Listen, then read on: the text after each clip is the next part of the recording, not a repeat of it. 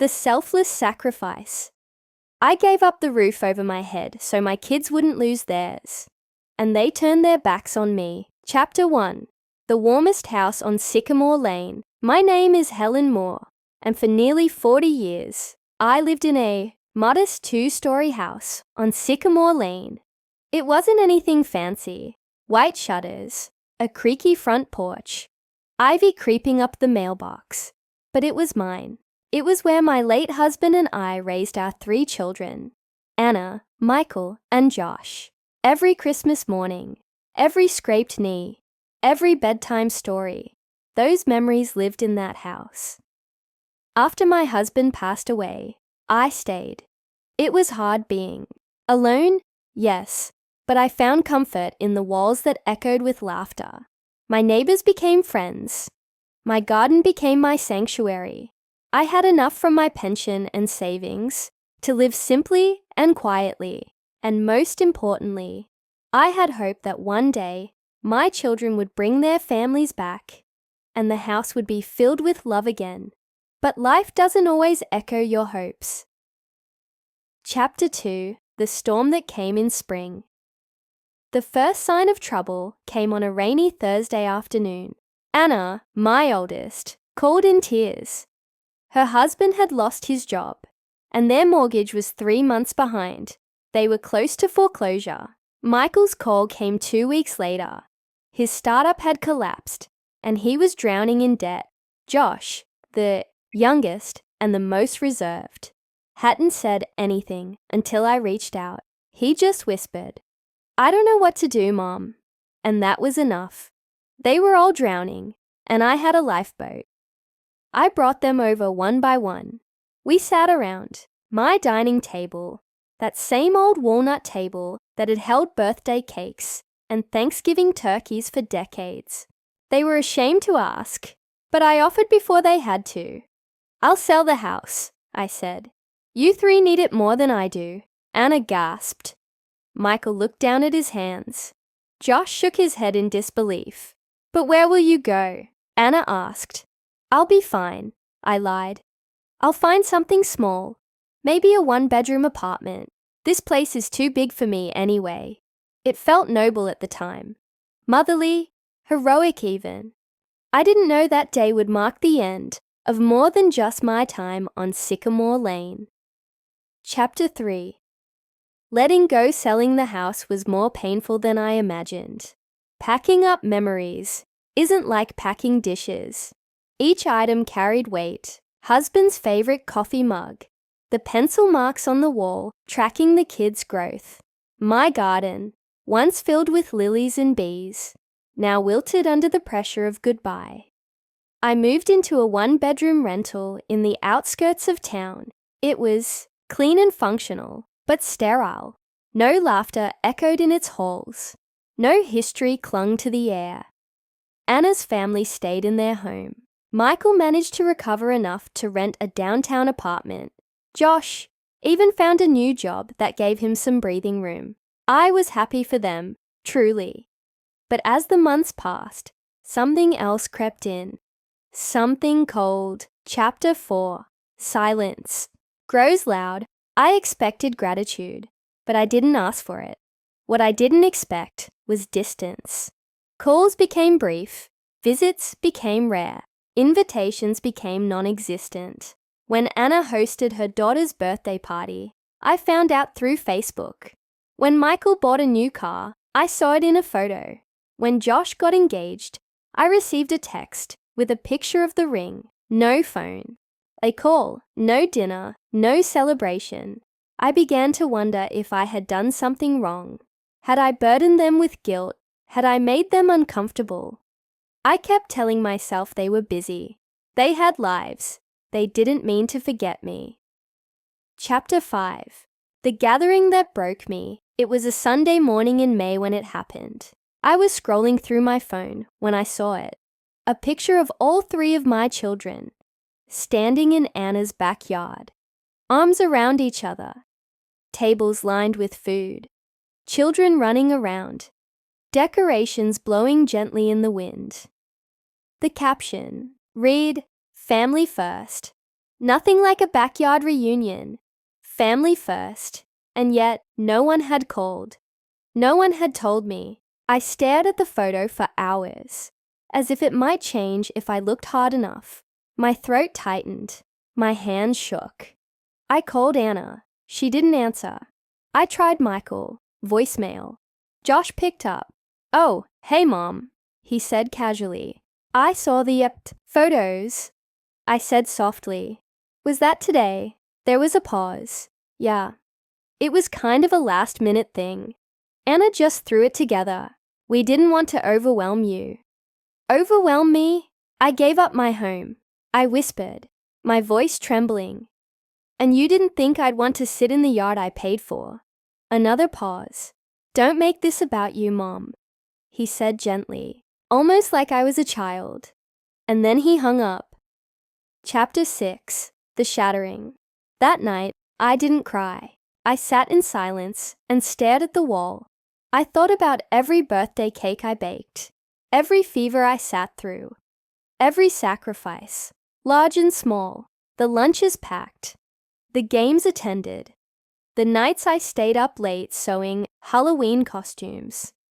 They were all stitched into a life I had given so freely, and now so easily forgotten. I walked to the bathroom and caught my reflection. I looked like someone else, older, diminished, and yet something in me hardened. A realization maybe, that love doesn't always mean reciprocity, that motherhood is not a contract. It's a gift, one they accepted, but no longer remembered. Chapter 7. The Choice to Heal. I didn't call them after that. I stopped waiting for invitations. I stopped checking their social media.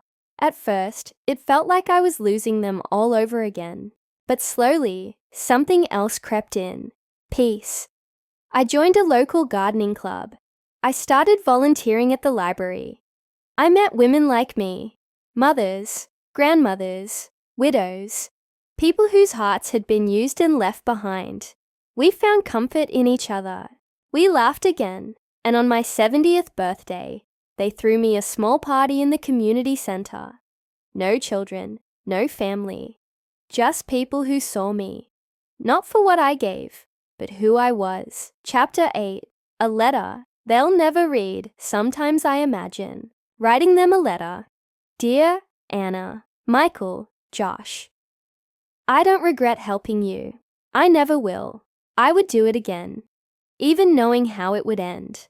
But I do wish you had remembered the person who gave everything. Not out of duty, but out of love.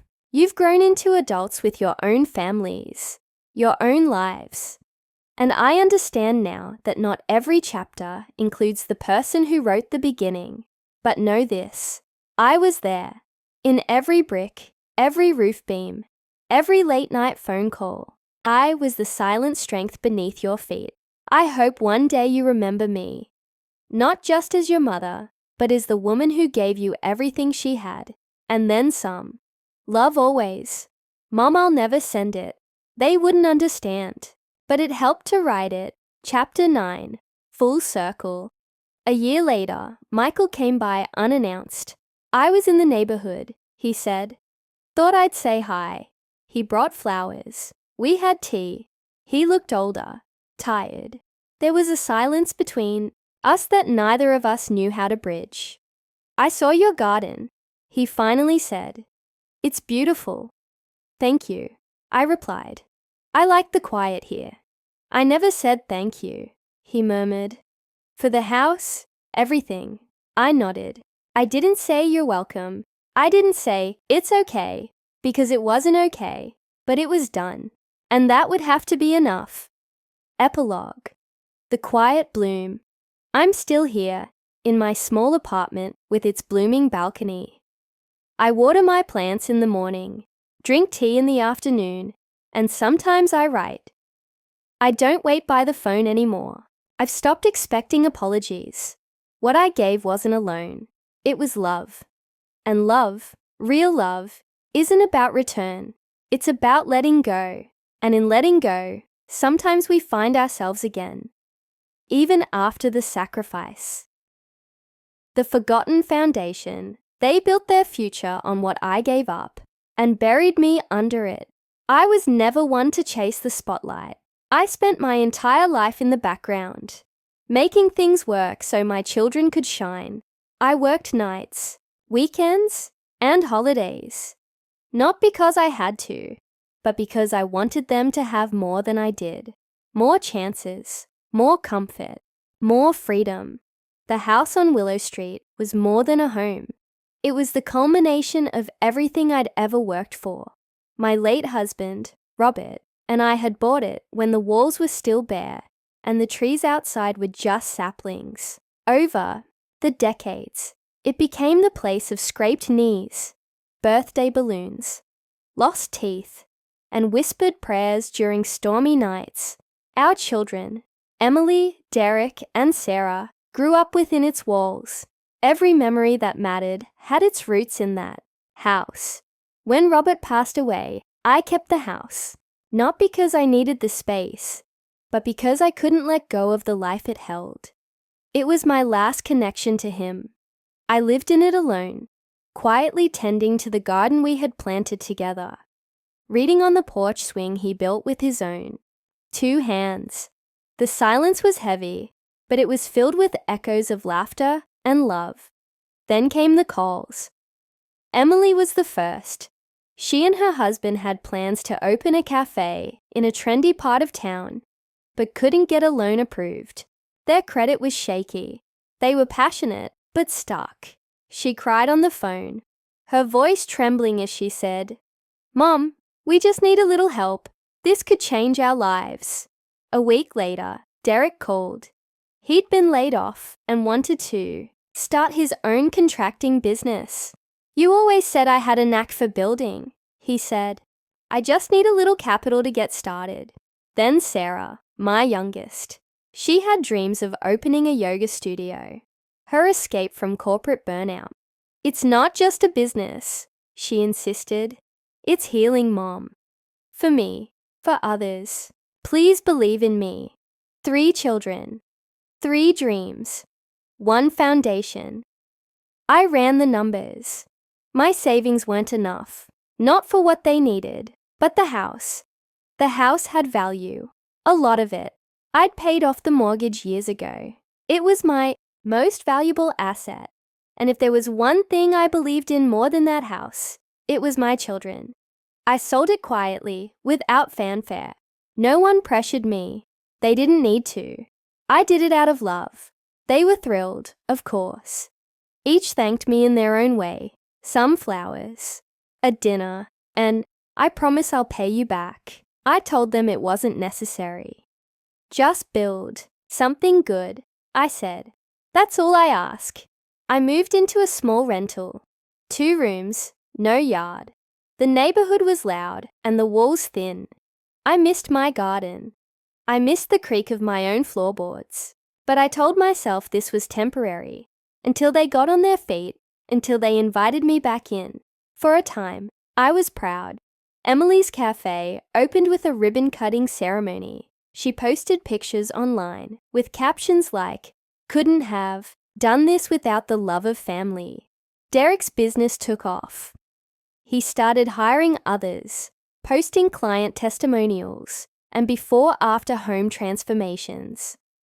Sarah's studio had incense in the air, soft music, and classes that always seemed full. I smiled through it all. This was the dream, wasn't it?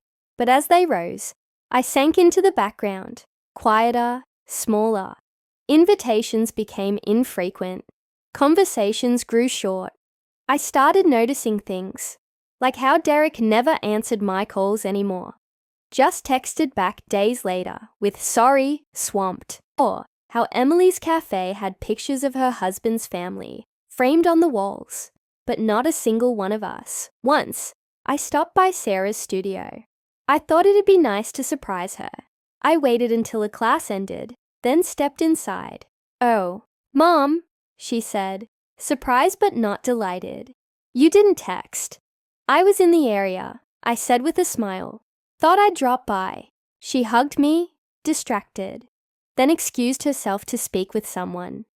I waited for 20 minutes before realizing she wasn't coming back. I left without saying goodbye. I brushed off the unease. They were busy building. That's what I wanted, right? Then came the dinner. Emily was hosting a big family dinner. To celebrate 2 years of her cafe, she invited everyone. Extended family, friends, even some of Derek's clients. I was included, thankfully, though it felt more like an obligation than a request. I arrived early, holding a small pie I'd baked. It was something my children always loved growing up. Apple, with cinnamon and a hint of nutmeg. I remember Derek once said, "No one makes pie like Mom." I hoped they still felt that way. The house was enormous. Emily and her husband had done well. As I walked in, I was greeted with polite smiles and hurried greetings. Everyone seemed busy. I placed the pie on the counter and tried to make myself useful. Conversations swirled around me. Work successes, travel plans, real estate investments. I stood near a group that included Derek and a few others. One woman, dressed in a sleek red dress, pointed at me and asked, "Who's that?" Derek glanced back, his eyes landing on me for half a second. He gave a casual shrug and said, "Oh, that's just my mom." Just my mom. The words rang louder than any noise in the room, as if all I had ever been, provider, nurturer, the very reason for the life they were living, had been reduced to a dismissive note. I excused myself and walked to the backyard. It was dusk. Fairy lights sparkled above. Laughter filled the air, but none of it reached me. I sat on a bench near the edge of the garden and closed my eyes. I had built this, every success, every happy moment, every sparkle of light. I had laid the first brick with my sacrifice. I sold the house that held my entire life so they could start theirs. And now I was a stranger at the party. No one came to check on me. No one noticed when I left. That night, back in my small apartment, I sat in the dark and finally let the tears come. Not out of anger, not even regret, but grief. The grief of being forgotten while still alive.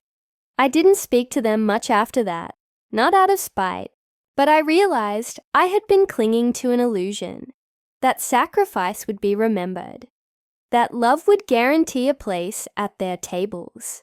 I began to write. I poured everything I felt into letters. I never sent them, but writing helped me stitch together the torn parts of myself. One letter I'll never forget. Dear Emily, Derek, Sarah, you may not remember, but I do. I remember the nights I went without, so you could have more. I remember the scraped knees I kissed, the stories I told, the dreams I believed in for you before you believed in yourselves. I sold the last piece of my past so you could have a future. I didn't do it for recognition, but I never expected invisibility. I hope your homes are filled with love. I hope your lives are everything you dreamed. Just remember who handed you the first brick. Love, Mom and Time. I found peace. I joined a book club. I started walking every morning. I made friends at the community center. People like me who had given all and found themselves alone. We laughed. We shared stories. We reminded each other that our worth wasn't tied to our roles as parents, but to who we were. Resilient, compassionate, wise. I eventually moved out of the city into a small coastal town. I rented a cottage with a view of the sea. It wasn't the house on Willow Street, but it was mine, and it was peaceful. Years passed. I received birthday texts, the occasional call. No apologies came, no grand realizations, and that was okay. I no longer needed them to see me to know I mattered. One day, while walking along the beach, I saw a little girl building a sandcastle. Her father was helping her, laying the foundation carefully. "Make it strong, Daddy," she said. "So it doesn't fall," he smiled. It's all about the foundation, sweetheart. I stood still for a moment, watching them. A lump formed in my throat. Yes, I thought. It's all about the foundation. And even if they forget who laid it, I will always know the truth. Disappearing in their success, I lost everything to make their dreams real. But when they succeeded, I disappeared.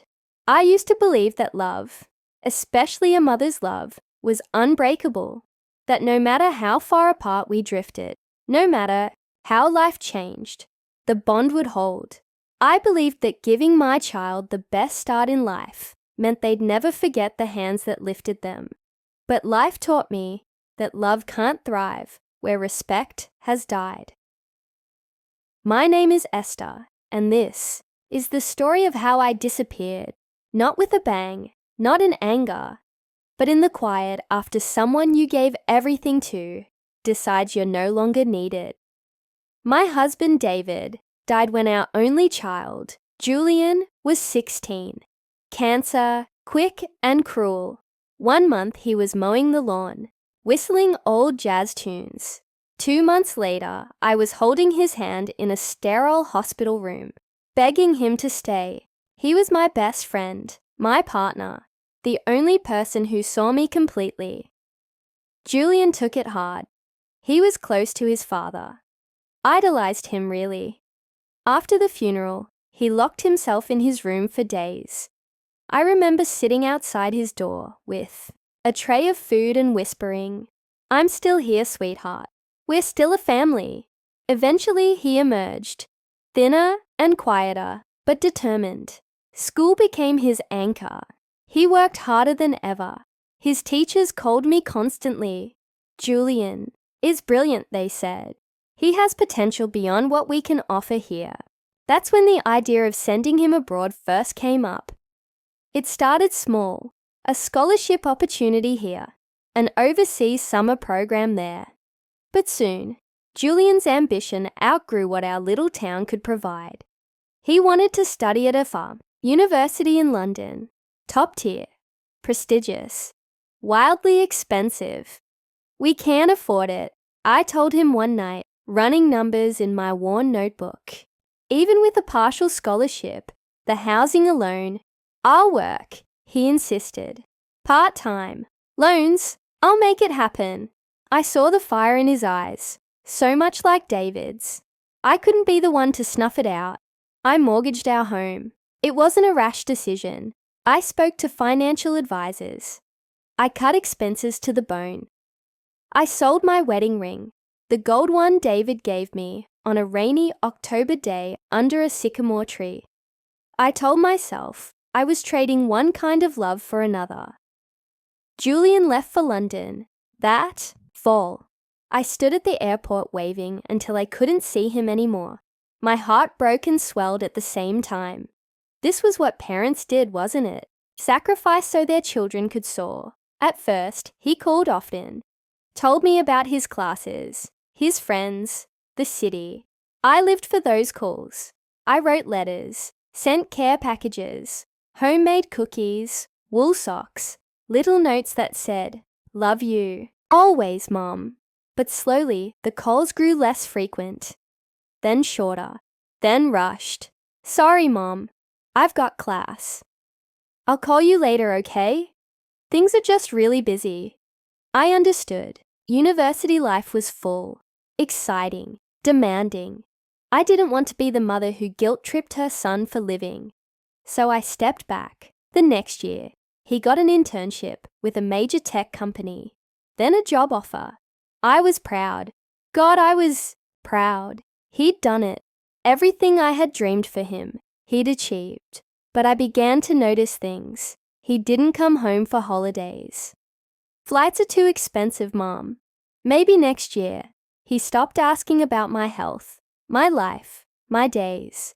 When I called, I often got voicemail. When he answered, he sounded distracted.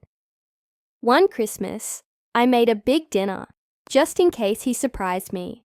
I set the table for two, put on the old record player. It was just me and the clock ticking. I told myself not to be hurt. He was busy building his life. But the loneliness was thick. The house started falling apart. First the plumbing, then the roof. I couldn't keep up with the repairs. The mortgage payments were overwhelming. Eventually I sold it.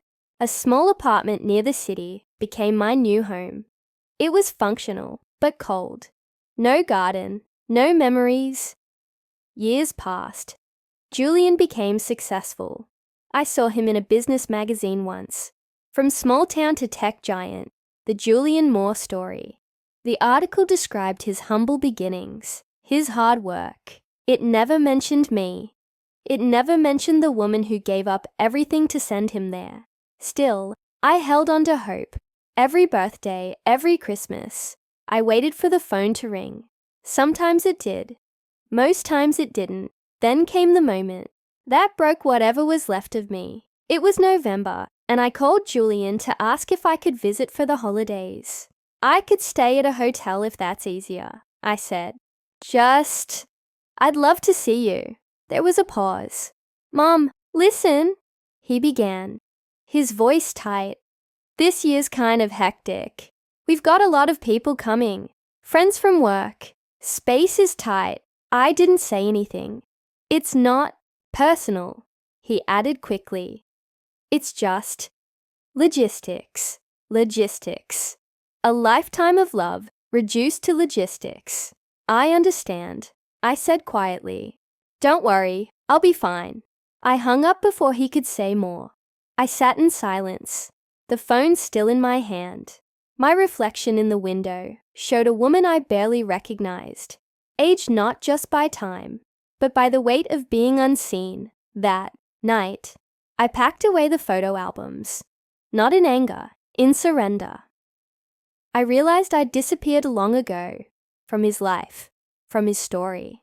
My voice, my presence, my sacrifices, they were no longer needed. Maybe they never were, but disappearing is not the same as dying. And pain is not the end of the story. The next morning, I put on my coat and went for a walk. The world looked different, not because it had changed, but because I had. I decided that if my son could forget me, I had to remember myself. I joined a community center. I signed up for a painting class. I made friends, other mothers, grandmothers, women who had lost and kept going. I stopped waiting for Julian to call. I began to write again. Poetry, short stories. I even published a small book of reflections, titled The Quiet Love. It didn't sell much, but it healed me. One spring afternoon, I got a letter. Not from Julian, but from a woman named Elise. She said she had read my book and wanted to thank me. Her words were simple. You reminded me that love doesn't have to be seen to be real. I cried when I read that. Not because it hurt, but because it didn't. Julian still lives in London. I still live here. We talk occasionally. Birthdays, Mother's Day. It's polite, cordial, safe. But I no longer crave more. I've learned that respect is the soil where love grows. Without it, even the deepest love wilts. I did what I did for my son, because I loved him. I still do. But I will no longer bleed for someone who won't even offer a bandage. My name is Esther. I disappeared in my son's success, but I reappeared in my own healing. The house that love built. And they forgot my home was their refuge. When I had nowhere left, they shut the door. They say a home is where love lives. I believed that. I lived that. For over 3 decades, my house wasn't just walls and windows. It was the heartbeat of our family. I am Margaret, and the house I once owned stood tall on Maplewood Drive, tucked beneath 2 towering oaks that danced with the wind every autumn. That house was born out of sweat and dreams, mine and my husband Walter's. We built it together from our modest savings, brick by brick, memory by memory. It saw first steps, first heartbreaks, birthday parties with homemade cakes, and quiet Sunday mornings spent wrapped in laughter. When Walter passed, it felt like the house mourned too. It creaked more. The pipes groaned. The warmth he brought vanished from its corners. But I stayed. I watered the garden he once tended. I dusted his bookshelves. I made tea for one, still placing a cup for him out of habit. And then, one by one, they came back, my daughter Claire first. Her marriage had crumbled after 10 difficult years. She showed up with 2 kids and tear-stained cheeks. "Mom," she whispered, eyes cast downward. "I don't have anywhere else." I didn't hesitate. "This is your home," I told her. "Always has been." I gave her the upstairs bedroom and helped the boys settle into the old guest room. I cooked their meals, helped with homework, and tucked them in at night. A few months later, my son Greg called. His business had gone under. "Just until I find my footing," he said. He moved into the den, brought boxes of regrets and little else. I made room. My home, quiet for so long, breathed again with the sound of family. It wasn't easy. Money was tight. Emotions were tighter. But I smiled through the chaos. I was their anchor, their calm. I told myself this was what family did. We catch each other when life lets go. They stayed for years. Claire found a new job. The kids grew. Greg slowly rebuilt his finances. I watched from the porch as their lives began to blossom again. They were moving forward, and I was content, even if my days grew lonelier inside that house. Eventually they moved out, one by one. Claire remarried and bought a house on the edge of town. She cried the day she left. "I don't know how to thank you, moms." Greg too. He hugged me tightly when he left. "Couldn't have made it without you." I waved them off with a soft smile and tear-filled eyes, the way only mothers do. Heartbreaking and swelling all at once. The house went quiet again. But it was okay. I'd done my part. Then, years later, the ground crumbled beneath me. It started with a fall in the kitchen, a broken hip, hospital visits, recovery that didn't come easy. My pension barely covered the bills, and repairs on the house had piled up. The furnace went out during winter. The roof began to leak. I couldn't keep up anymore. Not physically, not financially. Selling the house was the hardest decision I've ever made. It wasn't just a place, it was my life. But I had no choice. I packed boxes with trembling hands, every photo frame heavier than it should have been. I gave away furniture, parted with mementos, and locked the front door for the last time with a kiss pressed to its frame. I told myself I'd ask Claire, just for a few months, until I got back on my feet. She had a spare room. I knew she did. When I called, her voice was hesitant. "Oh, Mom, it's just, we've turned that room into an office, and the kids need their space. You know how small the house is." I was quiet. She rushed to add, "Maybe check out that senior housing center near you. I heard it's nice." I thanked her, hung up, sat on the edge of my bed, and stared at the floor. The next day, I called Greg. He answered, cheerful as always. "Hey, Ma," I explained, told him the situation, asked if I could stay for a little while. He paused, a long pause. "Mom, you know, we're doing renovations. The place is a mess. No way I'd let you stay in that. Dangerous with your hip and all. But I can help you find something, yeah." I nodded, though he couldn't see me. I wasn't looking for a handout, just a little of what I gave so freely. That night, I cried in the silence of a temporary motel room, not because of the cold bed or the flickering light, but because I realized something bitter and sharp. They had seen my home as shelter, but never me as family. When their worlds collapsed, I was the refuge. When mine did, I was inconvenient. Wasn't just rejection. It was erasure. I thought of the years I cooked, cleaned, consoled, the sleepless nights spent worrying over them, the sacrifices, small and large, that no one ever saw. It had all been a one-way road. But here's the thing about breaking. Sometimes it's what lets the light in. I moved into a small senior housing apartment, the kind Claire had dismissed so casually. It wasn't much. 2 rooms, plain walls, but it was mine. And then something unexpected happened. People started showing up. Ellen, my next-door neighbor, knocked one morning holding a plate of scones. "I thought you might like some company," she said. She stayed for tea, then came back the next day, and the next gym. A widower down the hall offered to fix my leaky faucet. "Used to be a plumber," he said with a grin. "Old habits die hard." We started sharing dinners, potlucks, card nights, laughter echoing through the halls. No one asked for perfection. No one kept score. We were all a little broken, a little bruised, but we showed up for each other. I told Ellen my story one evening, my voice thick with old pain. "They lived in my house for years," I said, "and when I needed shelter, they shut the door." She reached across the table and held my hand. "You gave them your home. Now let yourself build a new one." And I did, slowly, lovingly. We planted a little garden outside the building. Just flowers in mismatched pots. I taught the others how to bake bread. Jim and I started a weekly game night. I began writing again. Journals, poems, letters I never sent. One spring morning, Claire called. "We were thinking," she began, her voice careful. "Maybe you could visit sometime." I smiled.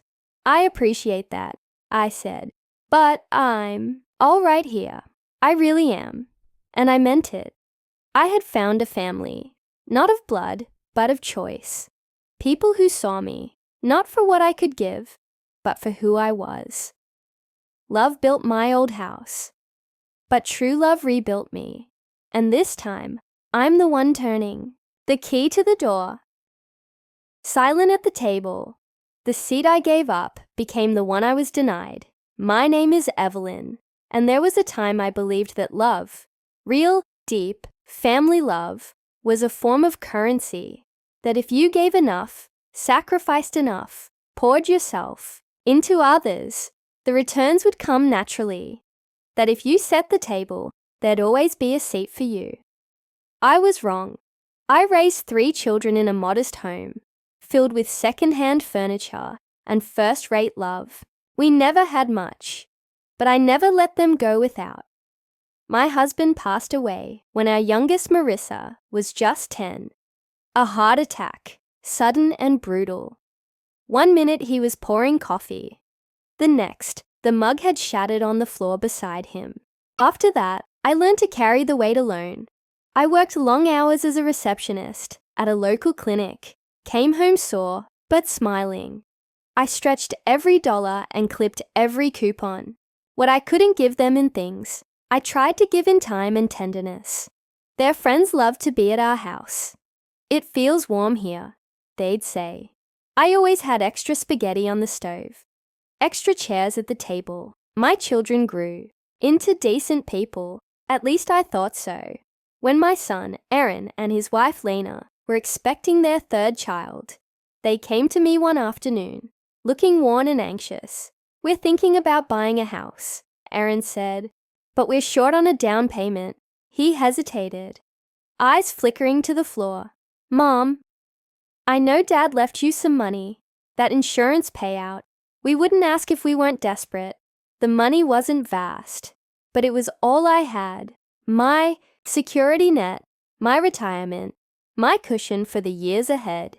It had sat untouched for decades, gaining modest interest in an account I never opened without quiet reverence. It was meant to give me dignity in old age, or truthfully, to shield me from ever needing to ask my children for help. But Aaron looked so hopeful. Lena had tears in her eyes. I thought of my grandchildren, growing up in a cramped 2-bedroom apartment. I thought of birthday parties in backyards, of Christmas trees by fireplaces. "I want to see you happy," I said finally. I want your kids to have space to grow. I transferred the money the next morning. Nearly everything. The day they closed on the house, Aaron called me from the front yard. "It's perfect, Mom," he said. "It's all because of you." I cried happy tears that day. They moved into a beautiful home on a tree-lined street, just 20 minutes away. They threw a housewarming party. I helped unpack boxes, hung curtains, scrubbed baseboards. I even brought the old family dining table, the one my husband built by hand. Aaron said they didn't have a table yet, and I wanted their meals too. Start on something solid. I imagined Sunday dinners, laughter echoing through the halls. I imagined myself there, not as a guest, but as part of the foundation. At first, there were invitations, small ones. "Come by and see the new porch," or "We're having people over, want to stop in." I always brought something, a pie, a salad, my eager heart, but slowly, subtly, the invitations stopped coming. I'd see photos online, Lena posting pictures of birthday parties, barbecues, holidays. Always the same living room, my curtains. In the background, my table under the cake. Never a call, never a seat saved for me. I tried not to take it personally. They're busy, I told myself. Life is hectic with kids. But the ache in my chest said otherwise. One Thanksgiving, I called in advance. "I'd love to bring the sweet potatoes," I offered. The kids always liked them. Aaron cleared his throat. "Mom, we're keeping it small this year. Just us and the kids. Nuclear family, you know." I was quiet for a moment. "Of course," I whispered. "Of course." I hung up before he heard the break in my voice. I didn't cook that year. Couldn't bear the silence of my own kitchen. I sat, alone with a frozen dinner, and watched reruns of a holiday parade I used to take them to. They used my table that day, in the house my sacrifice bought, but there was no plate for me. I became a footnote in their lives. I tried reaching out again, dropping off gifts for the kids, writing cards, sending updates. I received thank yous, polite, detached. Once, I saw the youngest at the grocery store, with Lena. "Say hi to Grandma," Lena urged. The little girl smiled shyly. I hadn't seen her in over a year. I wanted to believe it was unintentional, that they weren't being cruel, but cruelty isn't always loud. Sometimes it's the absence of presence, the forgetting of someone who gave up everything for your comfort. The final straw came at Christmas. I called again, not to beg, but to ask, gently, "Would you like me to bring a roast this year?" There was a pause, a long breath. "Mom, Lena's parents are visiting, and we really just don't have the space." I didn't reply. "Aaron," I said finally, "do you remember what I gave you for that house?" He hesitated. "Of course I do. I didn't do it for favors," I said. "I did it for family. I just didn't expect to become a stranger in the home I helped build." He said nothing. We ended the call shortly after. I cried, not because I was angry, but because I had allowed myself to be erased. I had confused giving with belonging. I had thought that love guaranteed a place at the table. It doesn't. But pain, I've learned, can become a doorway. One day, I went to the community center a few blocks from my apartment. They were organizing a holiday lunch for seniors. I asked if they needed help. "We'd love an extra set of hands," the coordinator said. So I cooked. I peeled carrots and baked rolls. I set tables for strangers with the same care I once did for my family. And when we sat down to eat, someone looked across at me and smiled. "I'm glad you're here," she said. In that moment, I realized something powerful. Presence is not about blood. It's about intention. Week by week, I began to fill my calendar. Book club on Tuesdays, cooking class on Fridays. I met Doris, who lost her husband last year. She and I go on walks now. I met Ravi, a retired teacher who bakes better than anyone. I know. He shares his banana bread and stories in equal measure. I've rebuilt a circle, not a traditional family, but a chosen one. And something shifted inside me. A quiet dignity returned. I stopped waiting for invitations that wouldn't come. I stopped checking for my place at a table that no longer wanted me. Aaron sends birthday cards now, short and formal. I send thank yous. I still love him, but love myself too. And I've learned that giving everything doesn't mean you'll be given anything. And that's okay, because love given freely is never wasted. But it doesn't have to be endless. Now, on holidays, I host my own dinners. There's laughter, mismatched chairs, potluck dishes, and plenty of stories. There's no family name uniting us, but there is kindness and respect and warmth, the kind that fills a room and saves a soul. So here I am, still setting tables, still pouring love into meals, but this time, I take my seat too, and I am never silent again. A home for them, not for me. I lost my place in the world so they could find theirs, and they made sure I had no way back. There's no loneliness quite like the one that sneaks in after sacrifice. It doesn't shout. It doesn't announce itself. It whispers through sleepless nights. It hums through unanswered messages. And it settles in the passenger seat when your car becomes your home. My name is Judith. I'm 64 years old, and I never imagined that after a lifetime of working hard, raising a child, and giving my all, I'd spend nights curled up in the back of a Honda Civic. But life doesn't always wait for logic. Sometimes it just hands you silence where love used to be. I raised my son, Daniel, mostly on my own. His father left when he was 6. Said the weight of a family was too much. Said he wasn't built for the long haul.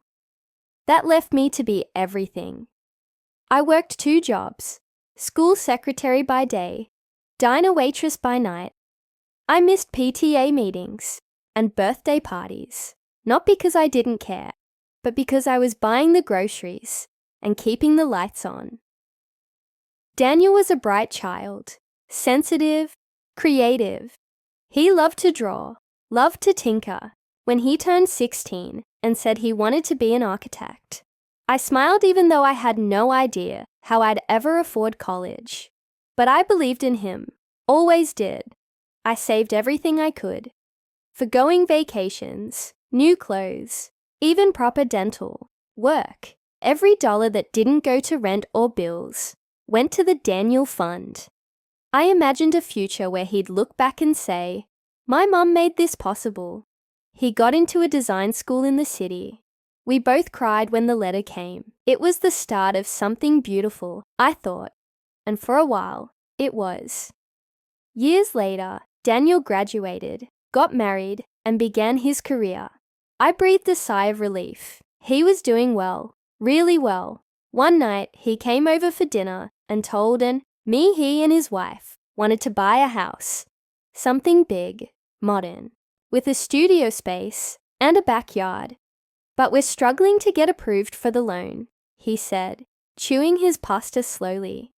The lender suggested a co-signer, just to back it. It's just a formality, Mom. We'd make all the payments.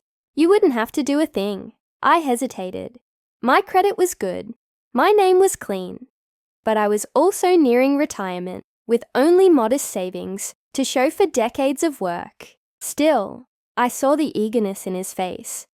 That same spark from when he built Lego towers in the living room. "All right," I said. "I'll sign." I didn't tell anyone how much I trembled, putting pen to paper. It felt like giving away my future to secure his. But I trusted him. He was my son. They moved into a sleek 5-bedroom home with a marble kitchen island and floor-to-ceiling windows.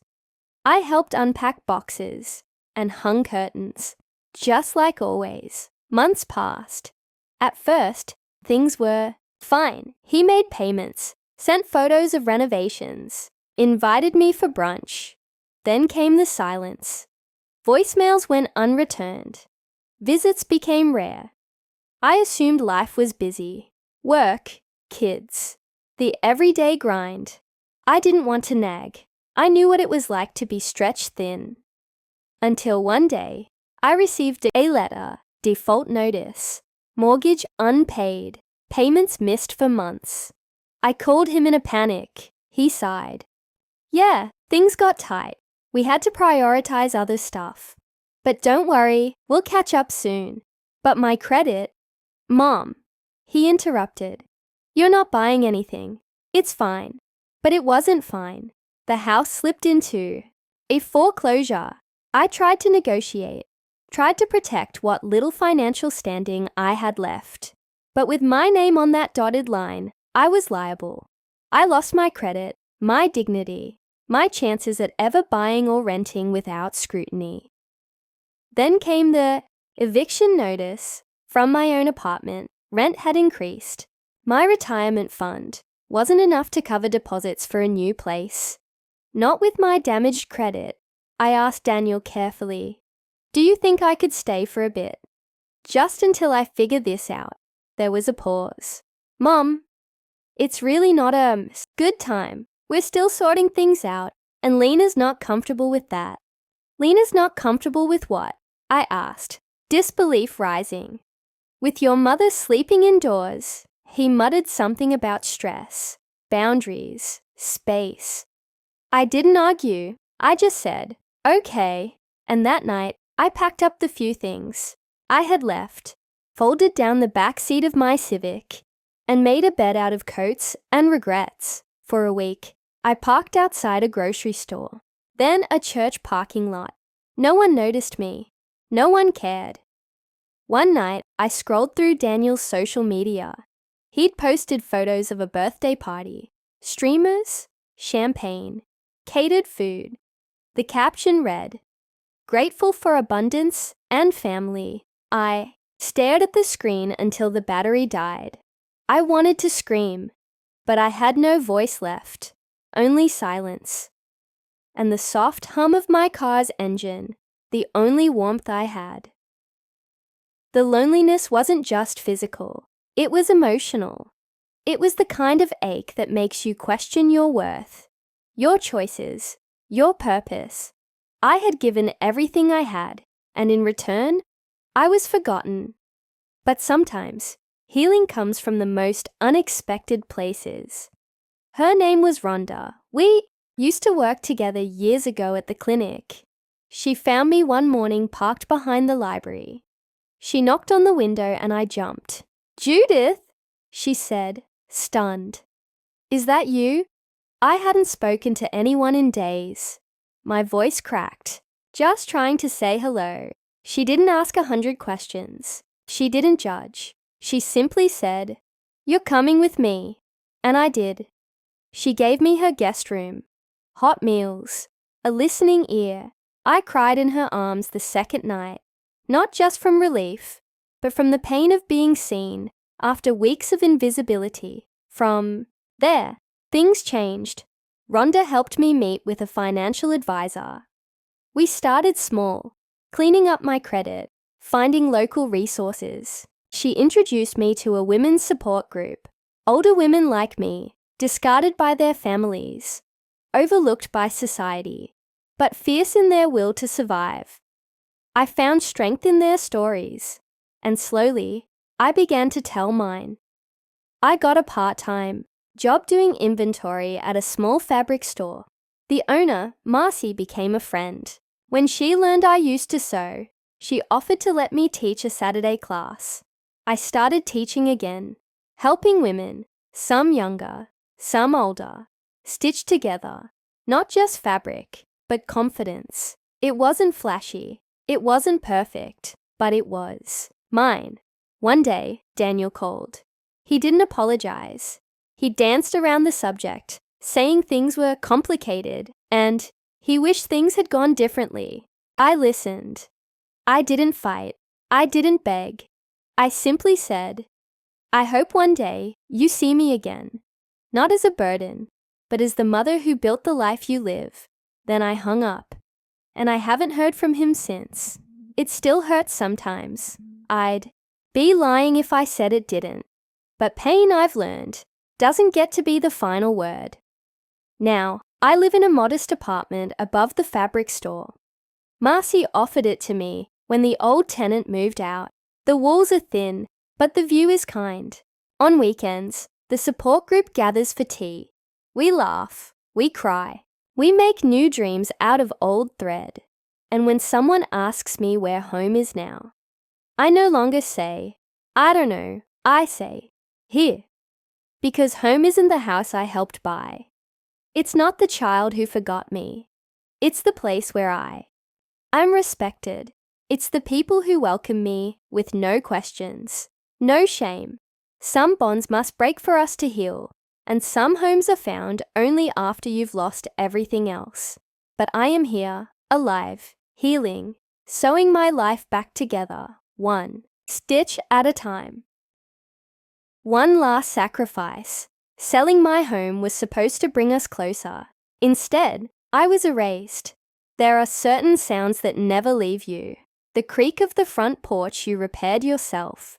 The click of the brass doorknob every time your child burst in from school. The soft groan of the old radiator in the middle of winter nights. Those were the sounds of my sanctuary, my home.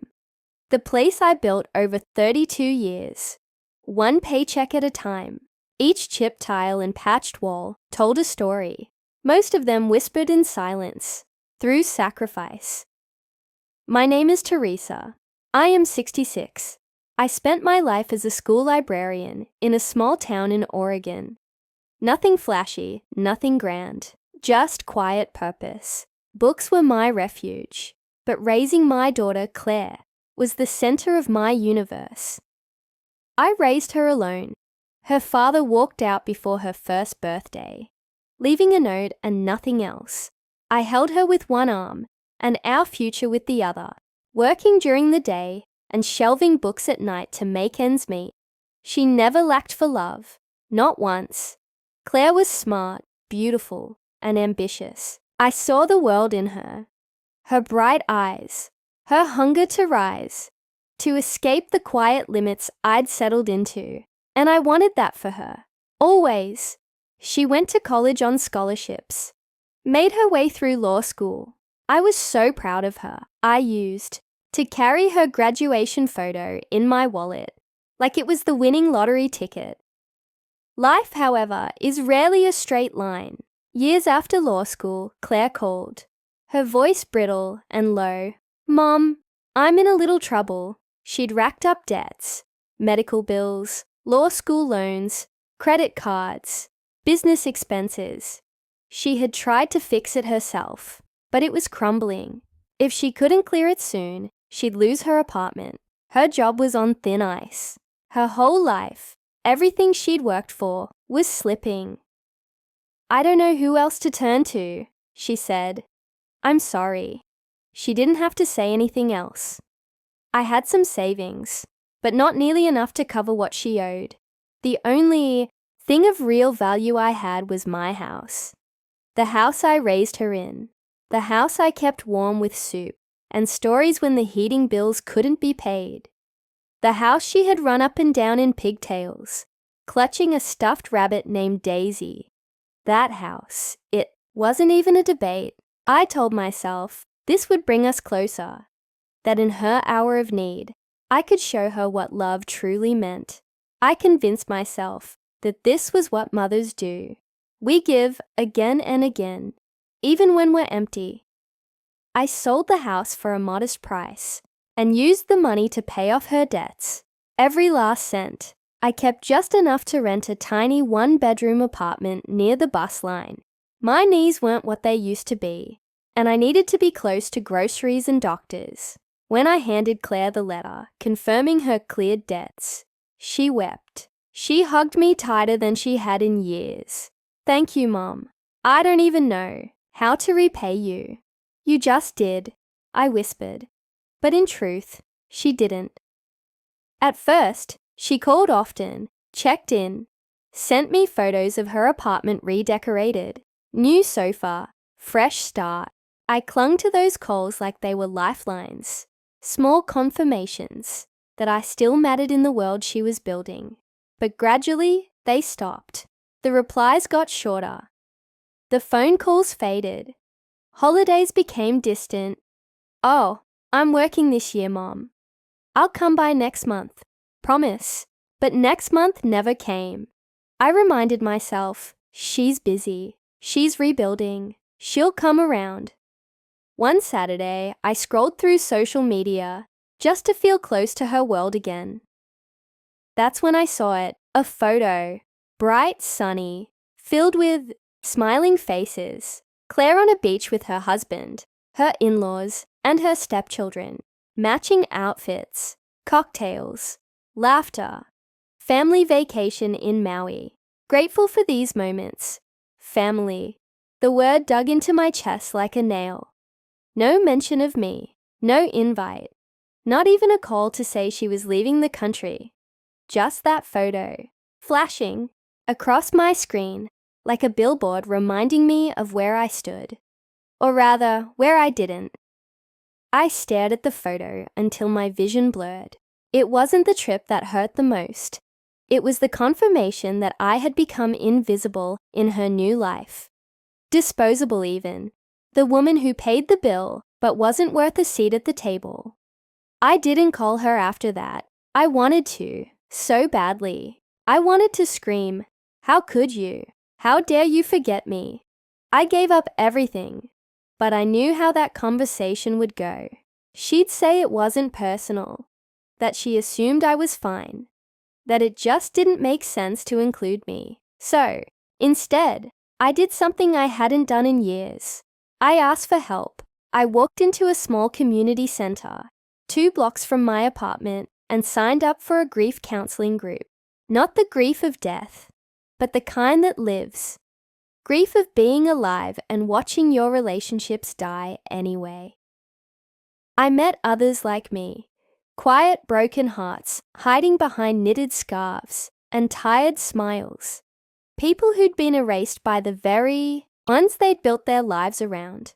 One woman, Doreen, had been a caregiver for her adult son for over a decade, only to be placed in a care facility by him without even a goodbye. Another, James, had cashed out his retirement to fund his daughter's business. She succeeded and never spoke to him again. Our stories differed, but the pain was the same. It felt strange at first to share mine aloud, to say, "I sold my home for my daughter, and she left me behind." But with every word, the burden lifted just a little. I also began to write. Not emails to Claire, those would never be read, but journals, letters to myself, reflections, memories. I wrote about the house, the garden I loved, the creaky steps, the time Claire lost her first tooth and I tucked $1 under her pillow. And then I wrote the day I signed the sale papers. I wrote how I smiled at the notary and cried in the car. I wrote and wrote until my hand ached. It didn't fix everything, but it reminded me that I still existed, that my life had value, even if my daughter had forgotten. Months passed. Spring came, and with it, warmth. I planted a few pots on my tiny apartment balcony. Tomatoes, basil, a small lavender bush. I sat outside most mornings with tea, watching the sun rise, letting it kiss my skin with kindness I hadn't felt in years. I began volunteering at the library on Tuesdays, shelving books, hosting story time for children whose parents worked late. Their little faces lit up when I read to them, the same way Claire's once did.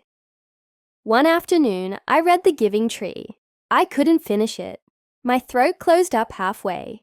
A little boy asked, "Are you okay, Miss Teresa?" I smiled. "Yes, sweetheart." Sometimes even grown-ups cry. And they do. We cry for lost homes, for faded hugs, for being forgotten. But we also cry when we begin to heal. Claire texted once in May. "Hey Mom, been crazy busy. Hope you're good." I stared at it. I didn't reply. Not out of spite, but because I no longer needed to. I was good, not perfect, not whole, but better. I learned something that year. Martyrdom is not the path to love. Sacrifice, in its truest form, must come from joy, not fear of being left behind. I gave up my house hoping to build a bridge. Instead, I built a raft that only she used, and then left me floating alone. But from that floating place, I found land. I found new people, new peace, and a voice I had lost long ago. I still miss Claire. I probably always will. But I no longer wait by the phone. I no longer check social media. I no longer ache with every silence. Instead, I write for others, like me, women and men who gave everything, and were left with nothing but their own breath. I write our stories so that we are no longer invisible. I even submitted a short piece to a local paper. They published it under the title, "The Cost of Love Shouldn't Be Your Soul." It got dozens of letters in response. One woman wrote, "Thank you for telling my story without even knowing me." Another simply said, "You made me feel seen." And that, I realized, was worth more than all the acknowledgements I never got. Somewhere along the way, I became more than a forgotten mother. I became Teresa again, librarian, writer, gardener, survivor. And in that quiet little apartment, with pots blooming on the balcony, I began to rebuild, not for anyone else, but for me. A place at their table. All I wanted was to be seen, not for what I gave, but who I am. My name is Evelyn Cross. I'm 72 years old, and somewhere along the road of motherhood, I became invisible. You don't notice it at first. It creeps in slowly, a missed call here, a rushed conversation there.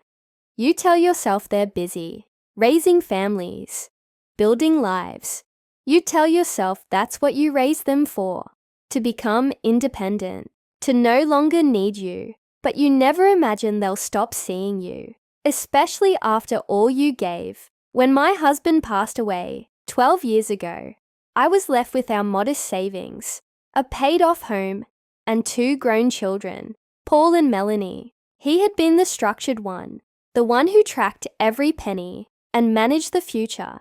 I was the nurturer, the one who kept everyone emotionally fed, while he kept us financially afloat. I adapted, as widows must. I learned how to pay bills online, repair the leaky faucet, fix the lawnmower. I didn't ask for help, not because I didn't need it, but because I knew they had their own mountains to climb. A few years later, Paul lost his job during a massive corporate downsizing. Melanie's husband left her with 2 toddlers and an avalanche of debt. They both came to me, separately, humbly, ashamed. "Mom, it's temporary, just until things settle." Of course, I helped. Paul moved into the spare room. Melanie and her children took the basement. My quiet house became full of noise again. Cartoons in the morning, job search stress in the afternoon, the occasional tension of too many adults living under one roof. But we made it work. I cooked, I comforted, I reassured, and I paid. I dipped into my savings to keep the lights on, to buy diapers, to cover gas and groceries. I cashed out a small life insurance policy to help Melanie settle her legal fees. I even remortgaged the house to give Paul some startup capital for a small freelance tech business he wanted to build. Every time I said yes, I told myself it was the right thing, not because I had to, but because love gives. And they were grateful, for a while. They both got back on their feet. Paul's business took off. He met someone, moved into a new condo downtown. Melanie got a job at a marketing firm and relocated to a sunny suburb. They left like birds from a nest, wings wide open, full of promise. I was proud, truly. I watched them fly and felt something quiet settle in me. A kind of soft exhaustion. The ache of a marathon finally run for a while. The house was too quiet. I missed the chaos. I missed the mess. I missed being needed. But more than anything, I missed being seen. The calls slowed down. The visits became rare. When they did come by, it was rushed, on their way somewhere else. A quick coffee, a drop-off, of store-bought cookies, smiles with their eyes always on the clock. Still, I kept showing up. I'd send them recipes I thought they'd like, text them photos of flowers blooming in the garden, offer to babysit, thanks Mom, maybe another time. One Saturday morning, I woke up early, excited. It was my birthday, 72. I wasn't expecting a big fuss. Just a call, maybe a visit, some shared laughter. The day ticked by slowly. Morning turned to afternoon. No call, no text, no knock at the door. I sat at the kitchen table with a slice of cake I'd bought myself the day before. One candle, just in case. The silence was thicker than loneliness. It was absence. Absence where love used to live. Later that night, I logged into social media. Maybe they posted something I missed. There it was. A photo of Paul, Melanie, and their families sitting around a long dinner table at a trendy downtown restaurant. Balloons, champagne, smiles, celebrating Josh's big promotion. So proud of you, bro. Josh, their stepbrother, from their father's second marriage. A decent man, but distant from me. Not blood. Not the one who held them while they cried. Not the one who sold her jewelry to buy their school uniforms. Not their mother, but he had a seat at their table, and I didn't. I stared at the photo, reading and rereading the caption. I zoomed in on their faces. Bright, joyful, full of belonging. I felt like a ghost, haunting my own family. The next morning, I sat outside in the garden with a blanket over my legs and a teacup in my hands. The tulips were starting to open, little bursts of color poking up through the soil. Life, insisting on blooming. I asked myself the question no mother ever wants to ask. What am I now? Not needed, not invited, not remembered. I could have called them, demanded answers, accused, guilt-tripped, but I was done begging for love. That afternoon, I baked a second cake, not for myself, but because it felt good to create something sweet. I wrapped it up and walked across the street to visit Mr. and Mrs. Kapoor, a retired couple who had recently lost their son in an accident. Their house was quiet too. They welcomed me with soft eyes and warm hands. We shared the cake over tea, trading stories of our children, the good, the sad, the lost. It felt like balm on a wound I didn't know how to dress. The next week, I invited the neighbor kids over to paint rocks for the garden. Their mother had 3 jobs. She cried when I handed her a Tupperware full of lasagna. No one does this anymore, she said. I smiled gently. Well, someone should. It started like that, one act, then another. I joined a knitting circle at the community center, volunteered to read at the elementary school library, started a Sunday soup night where anyone who needed food or company was welcome. We grew slowly. A man who had just lost his wife came by one week just to sit in silence. A teen who'd aged out of foster care found his way through the back door, asking if we needed help setting the table. A single mother brought her daughter and played piano after dinner while we cleaned up. Each week, I added another chair. We laughed. More. We cried sometimes. We listened. We saw each other. It wasn't the table I used to dream of, but in many ways, it was better. It wasn't bound by obligation. It was forged in kindness, in shared ache, in mutual choosing. Then one Sunday, Paul showed up. I didn't recognize the knock at first. It had been so long. "Hey, Mom," he said, holding a bottle of wine.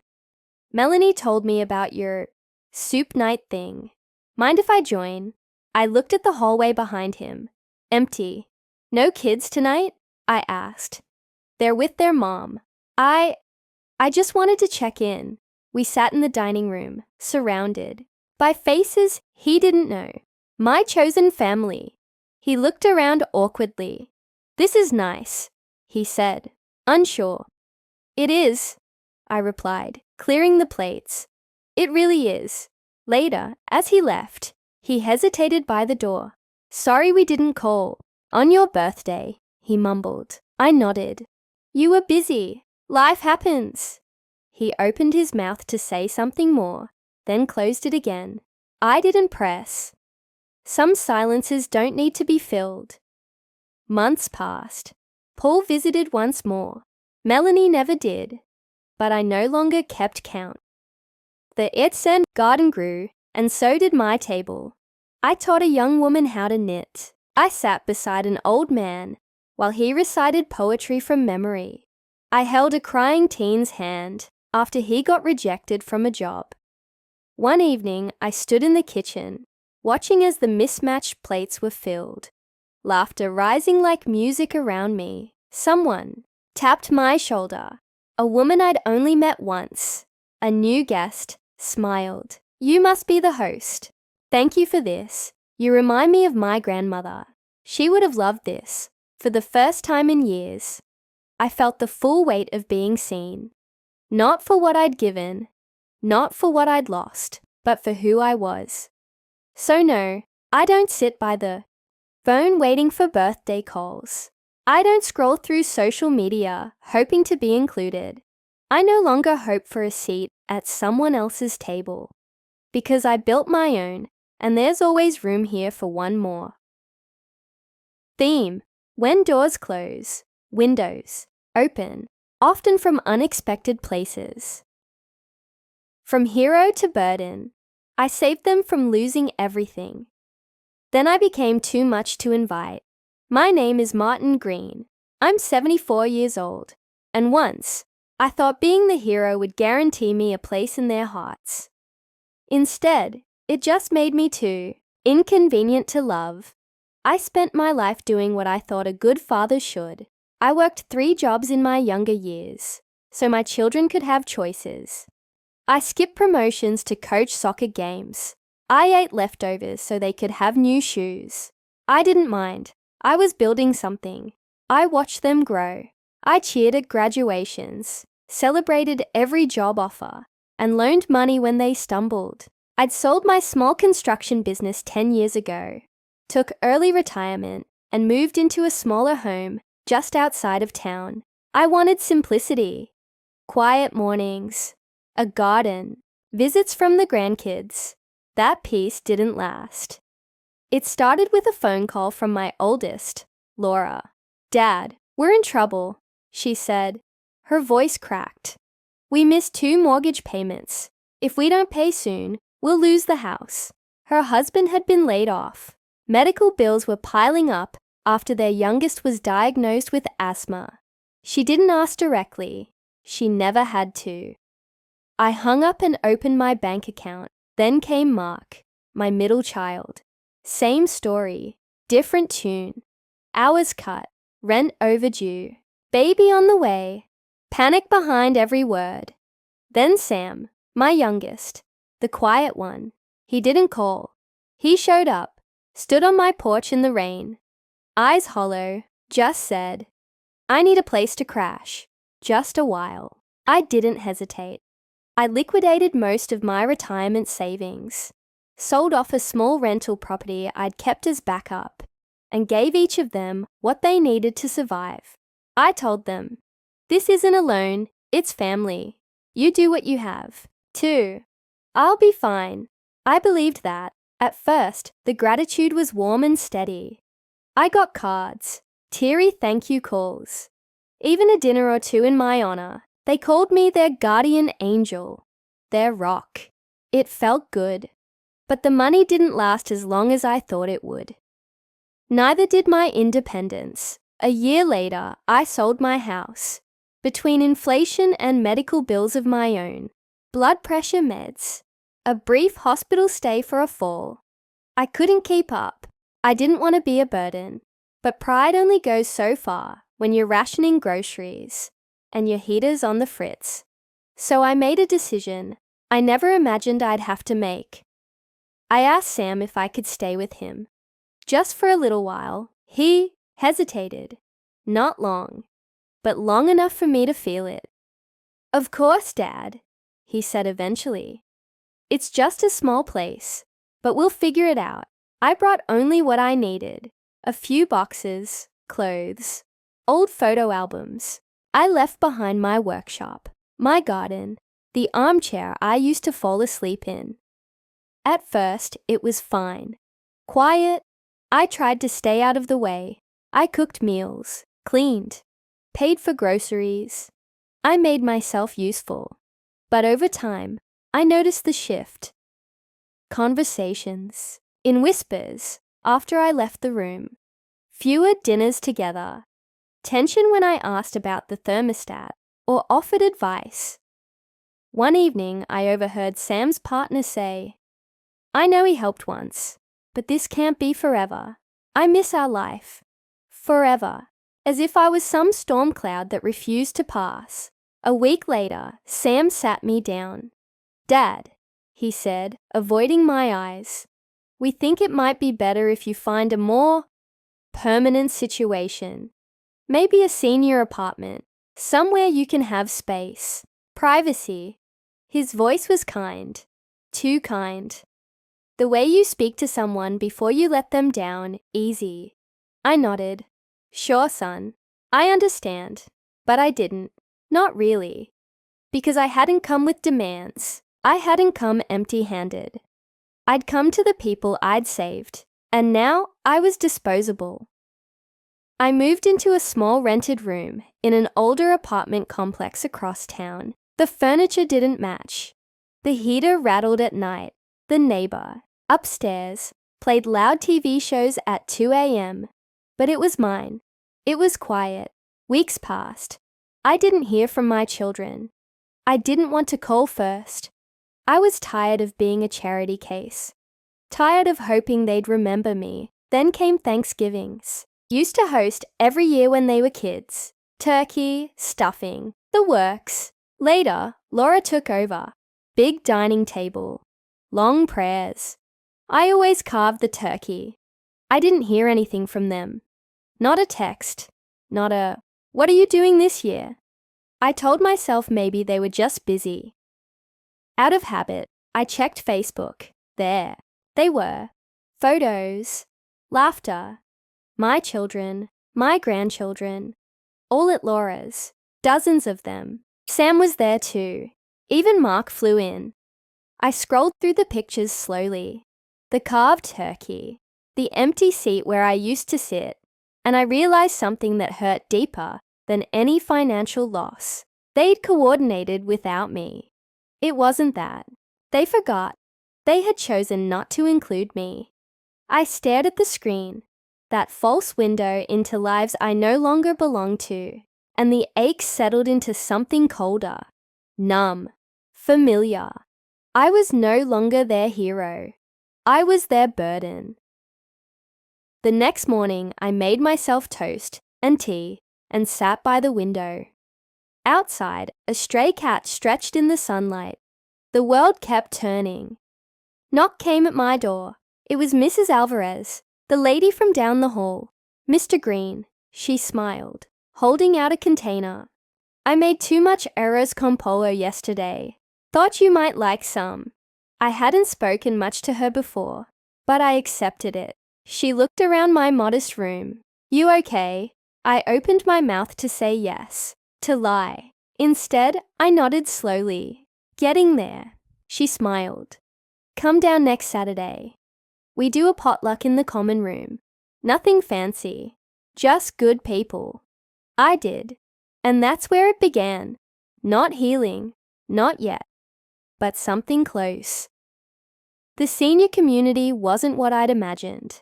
I used to think it was a last stop, a place you went when life was done offering surprises. But I met Ed, a jazz musician who taught me how to play cards. Gloria, who baked muffins every Sunday and told me about her days as a protest organizer in the 70s. Henry and Patrice, who sang karaoke every Friday with voices that still held echoes of their youth. No one asked me what I used to do. No one wanted anything from me. They just saw me, Martin, a man with stories, with humor, with dignity. I found myself laughing again. Not the hollow, polite laugh I'd offered my kids in their living rooms, but real laughter. One night, after a particularly rowdy karaoke session, I sat on a bench outside under the stars, and I felt something I hadn't in a long time: peace. Christmas came. This time, I didn't check Facebook. I didn't wait by the phone. Instead, I wore a Santa hat and handed out cups of cider to my neighbors. We sang. We shared awkward gifts from the dollar store. We told bad jokes. It wasn't grand. It wasn't what I'd imagined family should look like, but it was honest. It was warm.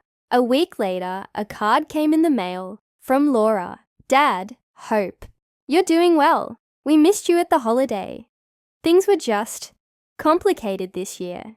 Let's catch up soon. I stared at the card. No apology, no invitation, just a breadcrumb. I placed it on the shelf. Let it collect dust. Sometimes I still think about the day I sold that rental property. The one I was saving for emergencies. The one that could have kept me independent longer. Would I do it again? I don't know. Part of me says yes, because love gives. Part of me says no, because love shouldn't require your erasure. But mostly, I've stopped asking. Because now, I water my houseplants. I win at cards once in a while, and I dance. Badly, but freely. I'm not their hero anymore. I'm not their burden either. I'm just Martin, and that's enough. Theme. Saving others doesn't mean they'll save a seat for you.